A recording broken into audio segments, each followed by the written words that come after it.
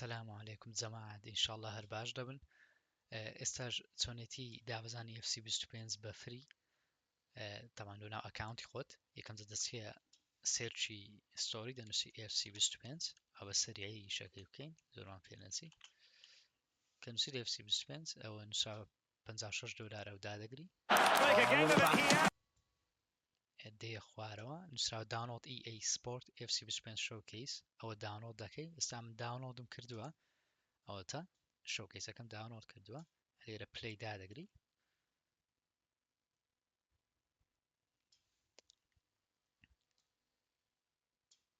تەوان لەوانەیە لەلایەوە دەبین دەرە EA ئەکاونتە ئەگەر هەر شتێری پێشتر بەکاربینە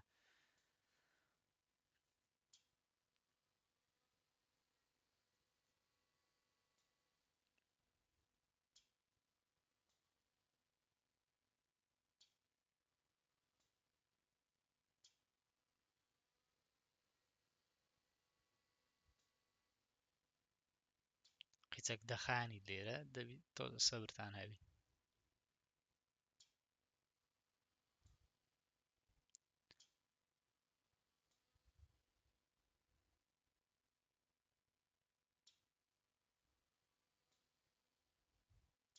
جە با ڤیدیۆکە تۆزە خێرا بکەم لەبەرەوەی لانەی زۆری پێ بچیت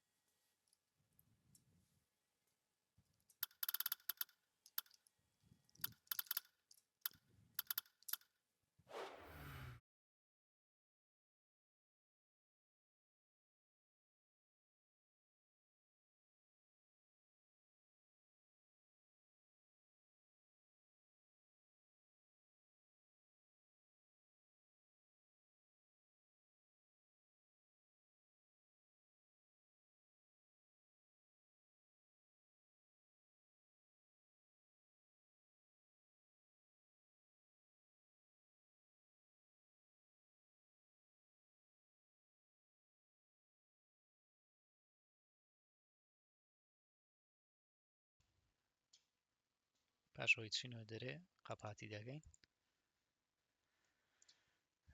لیگەڕێتە بە تەواوی قەپات دەبی تەبان کە قەپات بوو ئەلێرە مەنجی داگرە ئەلێرە ئەو پرۆ ئۆپشنەی داگرە دوای دێ مەنج ئەجە براوز لۆکەل فایلز کە ئەوە داگر ئەوە دەبتەوە ناو فایلی ڕئیسیە تاوان ئەوە بەخۆی دیمۆیە بەس ئەمە دەمانێت فول ئەکسسمان لێ بتۆ لەبەرەوە هەندێک فایلی پێویستە فایلەکان یەکەم جار ئەوانم دانای هەم لە دیسکۆردی لەوەی داونلۆدیکەن یەکەم جار پێی چۆن بە فایلی نۆت ئەکراکە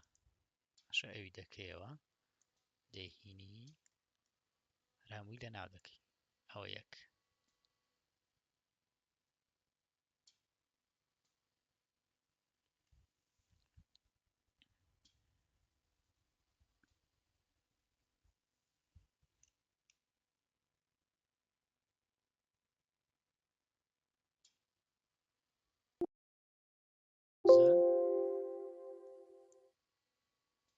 تەواو بوو لای دەبین دووەم فایل لایف ئیدیتەرە FC 25 LE نووسراوە ئەواتە لایف ئیدیتەر ئەویش دەبی لە ناوکەی کە ئەوە لە ناو کرد جارێ ئیشمان بۆی سێم نییە FC 25 سکوادەکە ئەلێرە دەین چی دەکەین دەبی ئەوە ڕینەیم بکەین بینووسین ئەندەرداشەکەی دانەی بنووسە ئۆریجینەڵ ئۆکەی ئەو هایلێ دەکەین ئەوەش دەبی فیکس دەکەی لابین ئاوە ئێستا تەواوە ئەجە پاژەوەی ئەوەمان کرد دێینە ئەو لەنچەرەی دەکەینەوە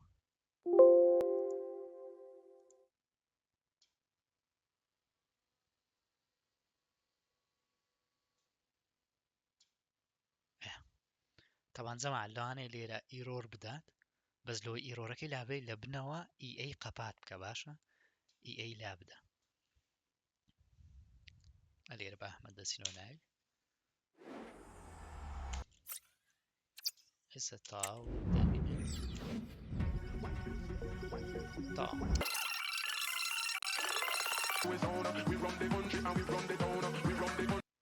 پاشەوەی هاتیە ناوێ هەلێرە خۆی قەپات دەکەی هەلێرە دەنووسکە ڕان هەلێ دەنووسین percentage local up data percentage ئینتەر دەکەین ئۆکەی کە هاتیە ناو ئێرە هەلێرە لە دوو EA Sport دەگەڕین EA Sport دواتر setting لە setting چ دەکەی ئەو فایلی سکوادە کە ئەویشم داناوە ئەویش هەر دەدەیە ناوی تاو ئێستا سکوادیش تەواوە تاو هەر تەوان زەمان شتەش کەشمان لەبیر نەچیت لۆ ئەوەی گەمەکەی ناتوانێت ڕاستەخۆ لێرە بکەیت چکەوە دیمۆیەکەیە لۆش دەی بچینە ستیم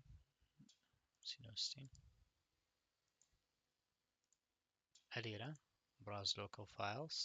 هەنجەی خۆمان هەلێرە شۆرکەتەشی لەوە دروست دەکەین دواتر دەینە سەر شاشەی باشە کەی نامانە سەر شاشەی ڕاستەخۆ دەتوانین هەلێرەوە یاری پێ بکەین و هیچ موشکلەی نییە وەسەلام عەلەیکوم وەڕەحمەتوڵڵاهی وبەرەکاتوه